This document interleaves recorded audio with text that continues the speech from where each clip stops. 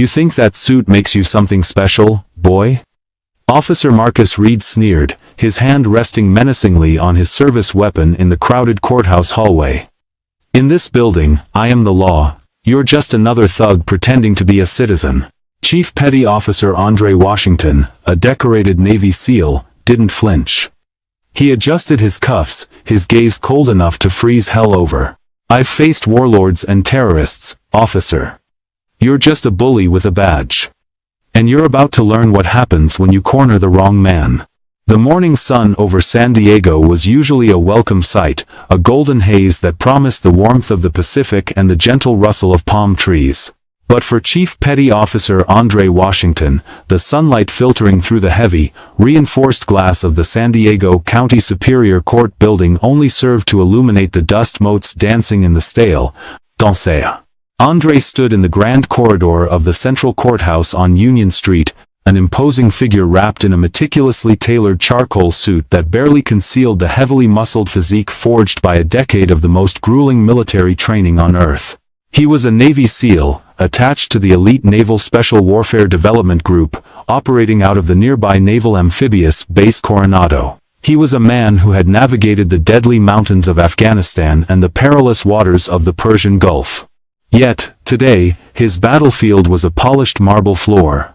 And his enemy was a man armed not with an AK-47, but with a badge, a fragile ego, and a profound sense of entitlement. The genesis of this confrontation had occurred 3 weeks prior on the Silver Strand Boulevard, the scenic highway connecting Coronado to Imperial Beach. Andre had been driving home after a brutal 4-8-hour training evolution, his mind focused solely on a hot shower and sleep. He was obeying the speed limit, his vehicle in pristine condition, but none of that mattered when the flashing red and blue lights of a San Diego Police Department cruiser painted his rearview mirror. The officer who approached his window was Senior Patrol Officer Marcus Reed. Reed was a 20-year veteran of the force, a man whose reputation preceded him in the darker corners of the city.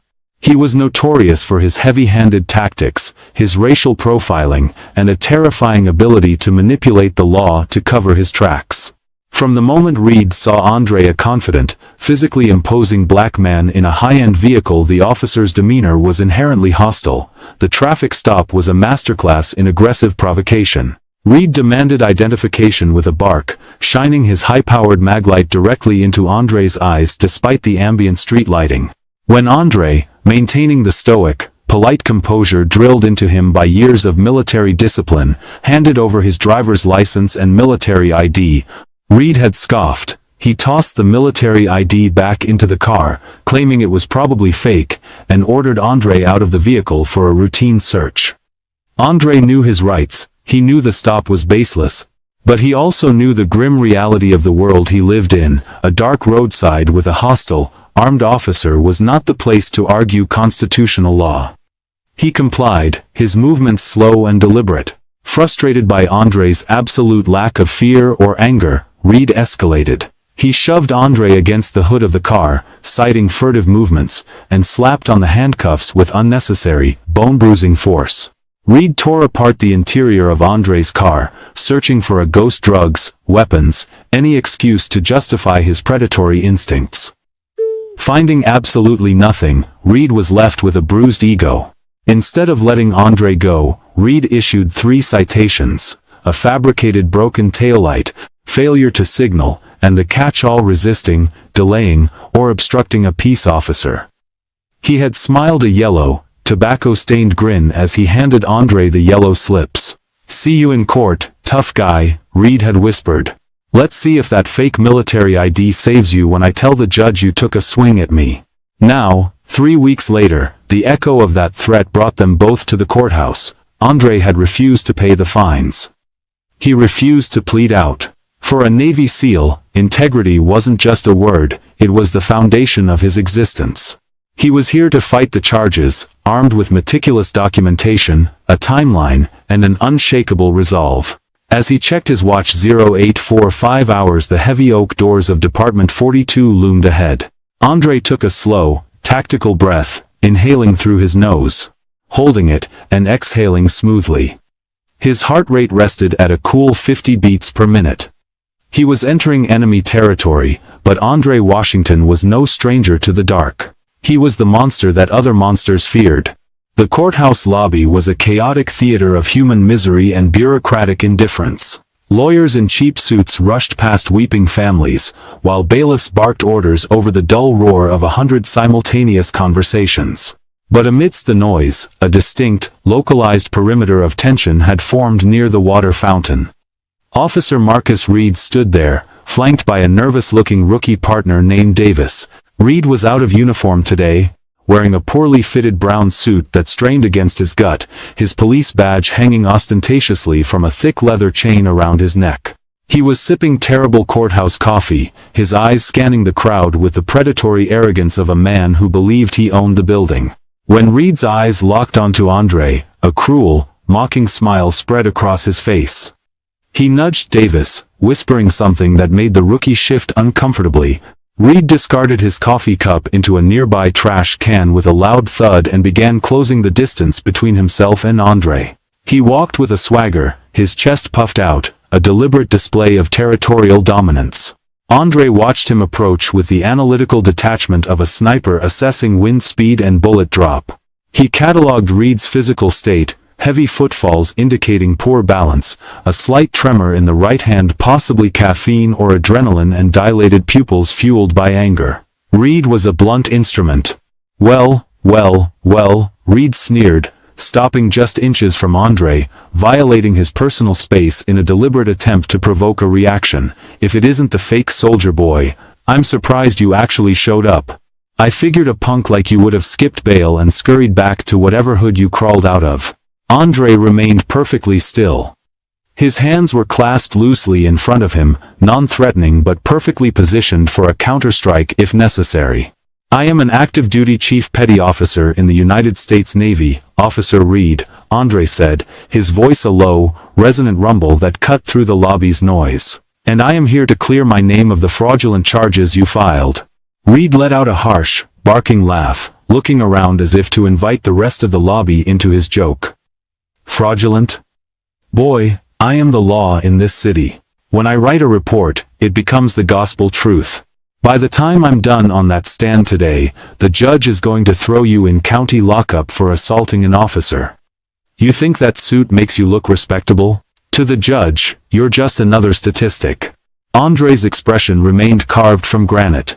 He utilized a psychological tactic he'd learned during SARE, survival, evasion, resistance, and escape, training, giving the interrogator nothing to feed on. No anger, no fear, no compliance. Just an impenetrable void. We will see what the Honorable Judge Sterling has to say about perjury, officer. The mention of the judge's name, combined with the word perjury, hit Reed's ego like a physical blow. The officer's face flushed a deep, ugly crimson. He stepped even closer, until Andre could smell the stale tobacco and peppermint gum on his breath. Reed aggressively jabbed a thick, calloused index finger hard into Andre's chest. Listen to me, you piece of trash, Reed hissed, spittle flying from his lips. You don't talk back to me. You don't look at me. When we get in there, you're going to plead guilty, or I will make it my personal mission to ruin your miserable life. I will find your car again. I will find your family. I will hunt you. The physical contact was a tactical error on Reed's part. The moment Reed's finger struck his chest, Andre's finely tuned reflexes flared. In his mind, he instantly calculated the exact amount of torque required to snap Reed's wrist, shatter his elbow, and drive him to the floor in under 1.2 seconds. But discipline held him back. Discipline equals freedom. Striking a police officer in a courthouse lobby was a quick way to lose his trident, his career, and his freedom. Instead, Andre looked down at the finger resting on his chest, then slowly brought his eyes back to meet Reed's furious gaze. Remove your hand from my person, officer, Andre said. The tone wasn't a request, it was a lethal warning. It was the voice of a man who had called in airstrikes on fortified compounds. Reed hesitated. Deep in his primitive brain, an alarm bell rang. The absolute lack of fear in Andre's eyes was unnatural to the cop. It was terrifying. But Reed's pride wouldn't let him back down in front of his partner. He pressed harder. Or what? You gonna assault me right here?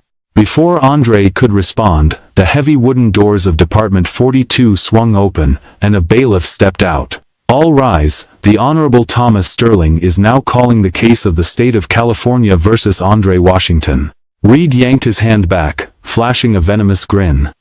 Showtime, boy. Welcome to my slaughterhouse. Department 42 was a solemn, wood-paneled room that felt more like an ancient cathedral than a place of modern jurisprudence. Judge Thomas Sterling, an older man with silver hair and spectacles perched on the edge of his nose, looked exhausted before the day had even begun. Andre sat at the defense table, representing himself. He had declined a public defender, knowing that navigating this specific tactical environment required a personal touch. Across the aisle at the prosecution table sat an overworked assistant district attorney who had barely looked at the file before this morning. The trial commenced quickly.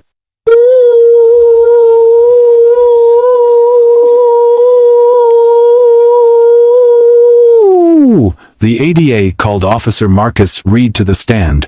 Reed marched up to the witness box, placed his hand on the Bible, and swore to tell the truth. As he sat down, he shot a smug look at Andre. Under the gentle questioning of the ADA, Reed began to spin his web of lies. He testified that on the night in question, he had observed Andre's vehicle driving erratically on the Silver Strand. He claimed the taillight was out. He testified that upon approaching the vehicle, Andre was sweating profusely, exhibiting aggressive behavior, and reeking of marijuana. When I asked the defendant to step out of the vehicle for officer safety, Reed lied smoothly, leaning into the microphone. He became combative. He lunged at me, attempting to grab my duty belt. I had to use necessary physical force to subdue him and place him in handcuffs. He was a clear and present danger to my life. The ADA nodded sympathetically. No further questions, Your Honor. Judge Sterling turned his gaze to Andre. Mr. Washington, you have the right to cross-examine the witness. Andre stood up. He didn't slouch, he didn't lean on the table. He stood at the position of attention, his posture immaculate. Thank you, Your Honor. He walked calmly to the center of the room. Officer Reed, you testified under oath that my taillight was broken, correct? That's right, Reed barked. Andre pulled a document from his folder and handed it to the bailiff to pass to the judge. Your Honor, I am submitting Defense Exhibit A. It is a time-stamped inspection report from the Naval Amphibious Base Coronado Motor Pool, conducted at 1,700 hours on the day of the incident. It certifies all lights on my vehicle were fully operational. I am also submitting Exhibit B, a receipt from an auto parts store showing I have not purchased a replacement bulb in 3 years. Reed's jaw tightened. A bulb can blow and then start working again. It's an electrical short. I see, Andre replied calmly. You also testified that I reeked of marijuana. Are you aware that as an active-duty Navy SEAL, I am subjected to random, zero-tolerance drug testing? Andre handed another document to the bailiff. Exhibit C, Your Honor. A certified toxicology screen from the Department of Defense, administered 12 hours after my arrest, showing absolutely zero illicit substances in my system. The ADA shifted uncomfortably in her seat. Judge Sterling began to look at Reed with a narrowed, skeptical eye. Andre pressed the advantage. Finally, Officer Reed, you testified that I lunged at your duty belt and assaulted you. If that is true, why did you only charge me with resisting arrest, a misdemeanor, and not assault on a peace officer, which is a felony? Reed gripped the edges of the witness stand, his knuckles turning white. His face was flushing a dangerous shade of purple. He wasn't used to being challenged, especially not by a black man who refused to play the role of the intimidated victim. Because I was being generous. Reed snapped, his voice rising in volume. I decided to cut you a break, you ungrateful punk. Objection, Your Honor. The witness is using derogatory language, Andre stated evenly. Sustained. Officer Reed, control your temper, the judge warned sternly. I don't need to be controlled. Reed exploded, losing his grip on reality. The humiliation was burning him alive. He stood up in the witness box, pointing violently at Andre. He's manipulating you, Judge. This guy is dangerous. He's a thug. Officer Reed, sit down. Judge Sterling commanded, banging his gavel. But the red mist had descended upon Reed. Seeing Andre standing there, so calm, so superior, snapped the final thread of Reed's fragile sanity. In a move that shocked the entire courtroom, Reed leaped over the low wooden gate of the witness box. He lunged directly at Andre with a guttural roar, reaching for the lapels of Andre's suit, his right hand simultaneously reaching back toward the baton on his belt. It was a brazen, psychotic assault occurring right in front of a sitting Superior Court judge. Andre didn't panic.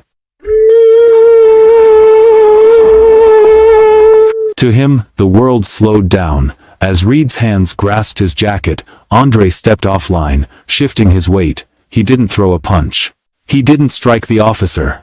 Instead, utilizing a high-level judo technique favored in close-quarters combat, Andre trapped Reed's extended arm, rotated his hips, and used Reed's own aggressive momentum against him. In a fluid, lightning-fast motion, Andre flipped Reed over his hip.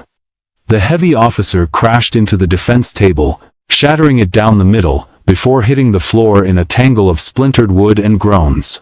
Andre immediately stepped back, raising both hands high in the air, his palms open, signaling absolute non-aggression to the stun-locked bailiffs.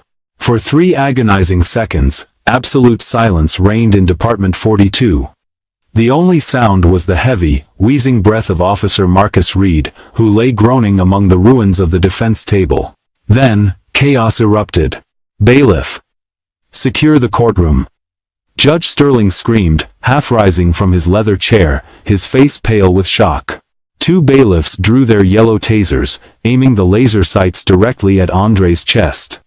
Get on the ground. Face down.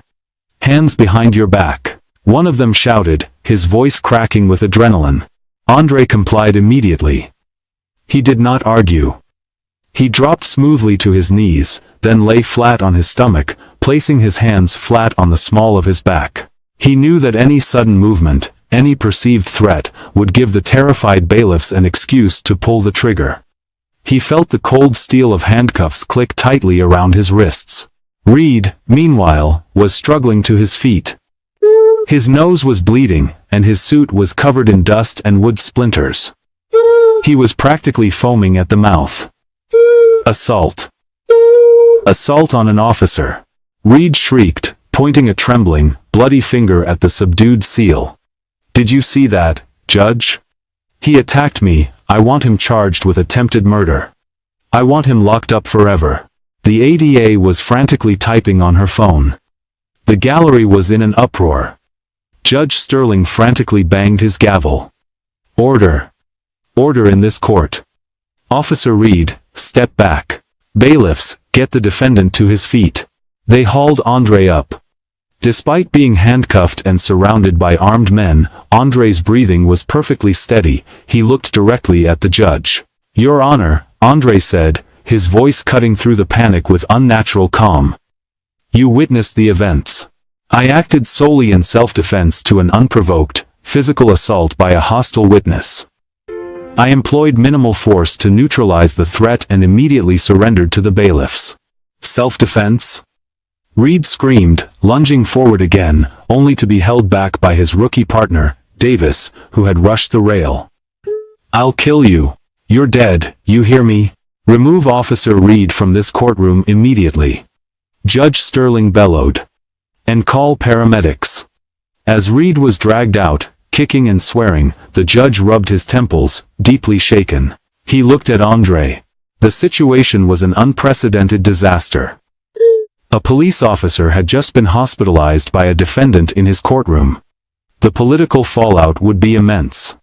The local police union would demand blood. Despite seeing Reed initiate the charge, the institutional instinct to protect the police was strong.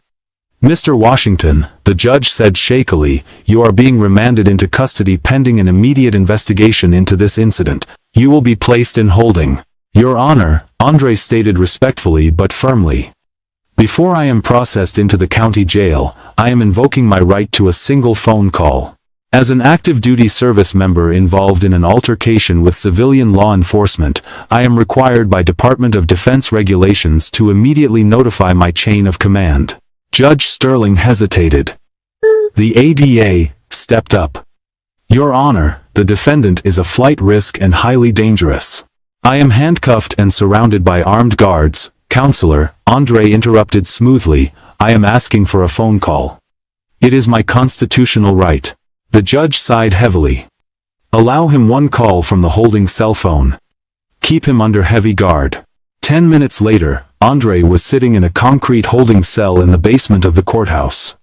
A bailiff held a landline receiver to Andre's ear, as his hands were still cuffed behind his back. Andre dialed a memorized, highly secure number. It rang twice. Naval Special Warfare Command, Captain Thorne's office, a crisp voice answered. This is Chief Petty Officer Andre Washington, identifier Sierra, Echo, 7, Andre said. I need to speak to Captain Thorne immediately. Code Broken Arrow, Civilian Legal Sector. There was a brief pause, a click, and then a gruff, authoritative voice came on the line. Washington. What the hell is going on? You were supposed to be clearing up a traffic ticket. Sir, Andre said calmly. I am currently in holding at the San Diego Central Courthouse. The arresting officer perjured himself on the stand, lost his temper, and physically assaulted me in front of the judge. I neutralized him using a defensive throw. The officer is claiming assault. The local PD is likely mobilizing to bury me. Silence hung on the line for 3 seconds. Captain Elias Thorne, commander of SEAL Team 6's regional element, was not a man who tolerated his operators being harassed by corrupt local cops. Are you injured, Chief? Negative, sir. I am intact. And the cop? He has a bruised ego and a bloody nose, sir. Nothing broken. Understood. Captain Thorne's voice dropped an octave, turning cold and dangerous. Hold your position, Chief. Do not say another word to anyone, the cavalry is on the way. And Washington? We've been building a file on this Officer Reed for months. He's been targeting junior enlisted sailors off base.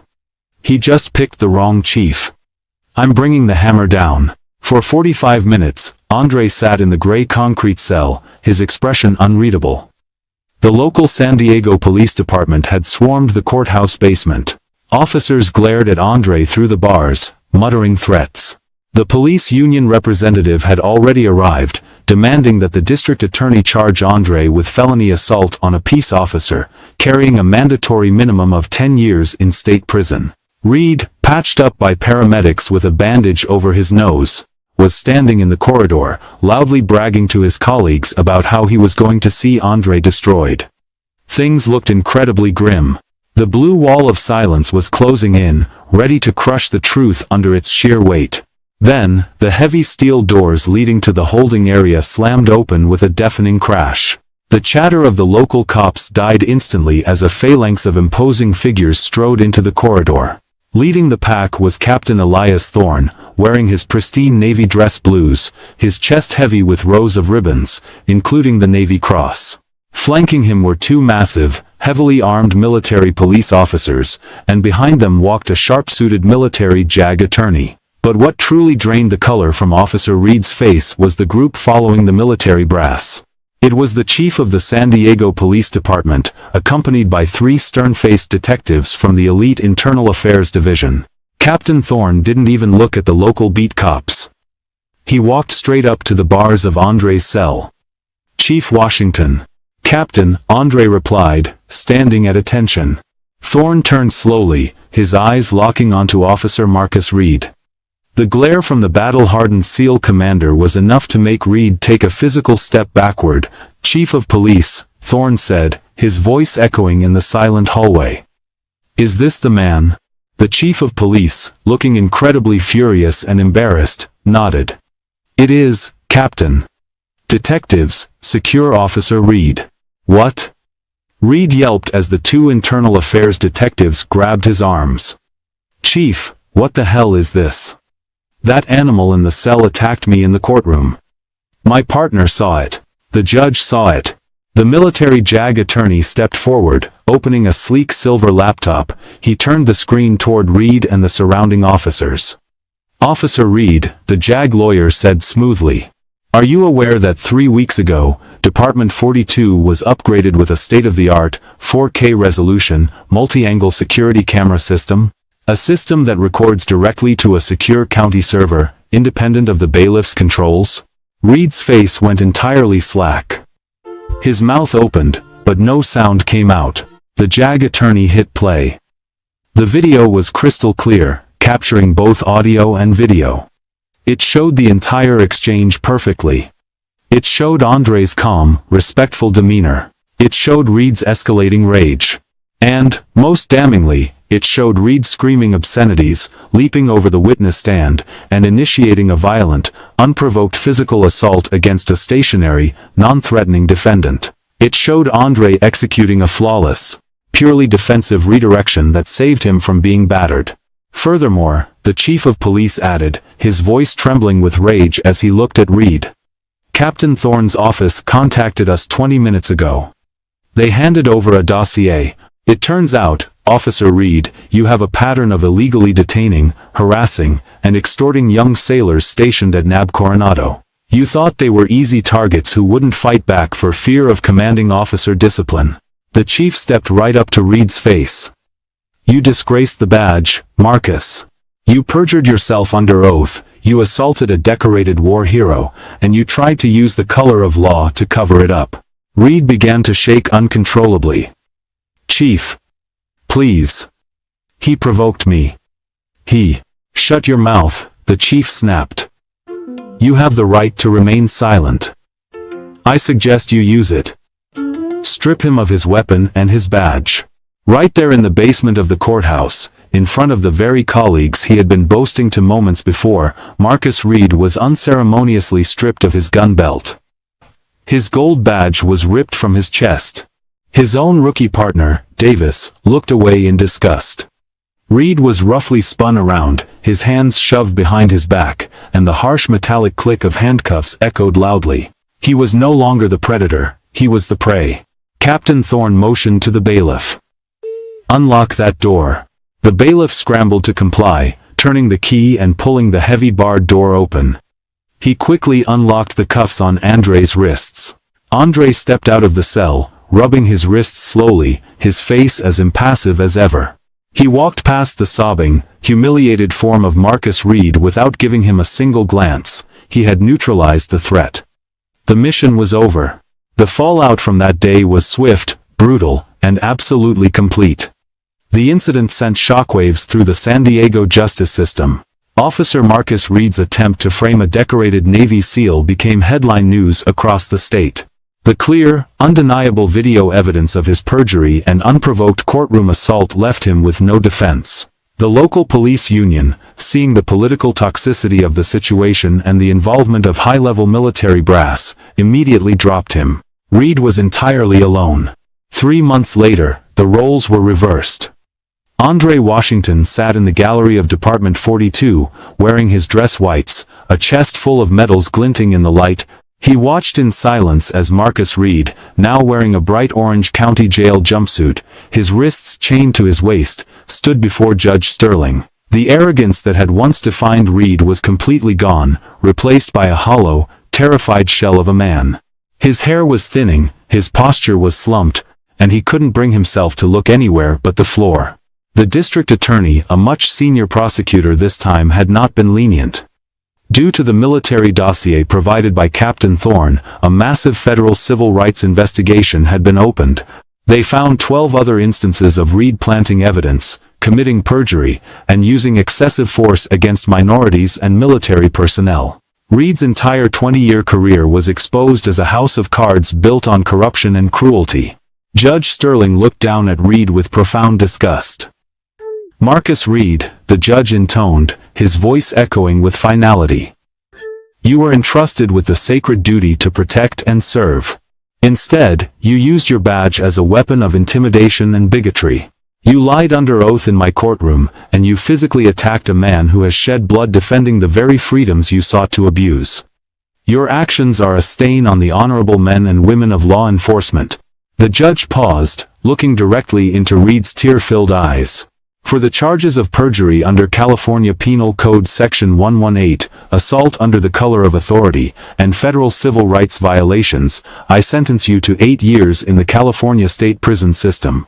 You will serve this time without the possibility of early parole. May God have mercy on you, because the law will not. Bailiff, remand the prisoner.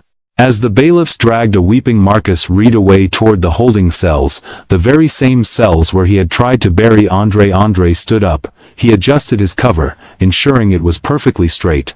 He felt no joy, no triumphant thrill. Vengeance was a chaotic emotion, and Andre dealt in order. Justice had simply been rebalanced. The predator had been removed from the streets. Outside the courthouse, the San Diego sun was shining brightly, a warm, cleansing light. Captain Thorne was waiting by a black government SUV. He handed Andre a fresh cup of coffee. "Good day's work, Chief," Thorne said quietly, watching the courthouse doors. "Just taking out the trash, sir," Andre replied, taking a sip of the coffee. "We deploy for Syria in 48 hours. Are your bags packed?" Andre looked out toward the horizon, toward the ocean and the challenges that lay ahead. The real enemies were waiting. "Always packed, sir." "Let's go to work." Andre Washington climbed into the SUV, leaving the petty, corrupt world of Marcus Reed behind in the dust. The engine roared to life, and the seal disappeared into the traffic, a silent guardian moving back into the shadows to hold the line, having proven once and for all that true power doesn't come from a badge or a gun, but from an unbreakable, ironclad spirit. If you felt your blood boiling and your heart cheering during this incredible story of justice, hit that like button right now. Stories like this remind us that true strength isn't about throwing your weight around, it's about discipline, honor, and knowing when to make the right call. What would you have done if you were in Andre's shoes? Let me know down in the comments below. I read every single one of them. Don't forget to share this video with your friends and family to spread this satisfying dose of instant karma.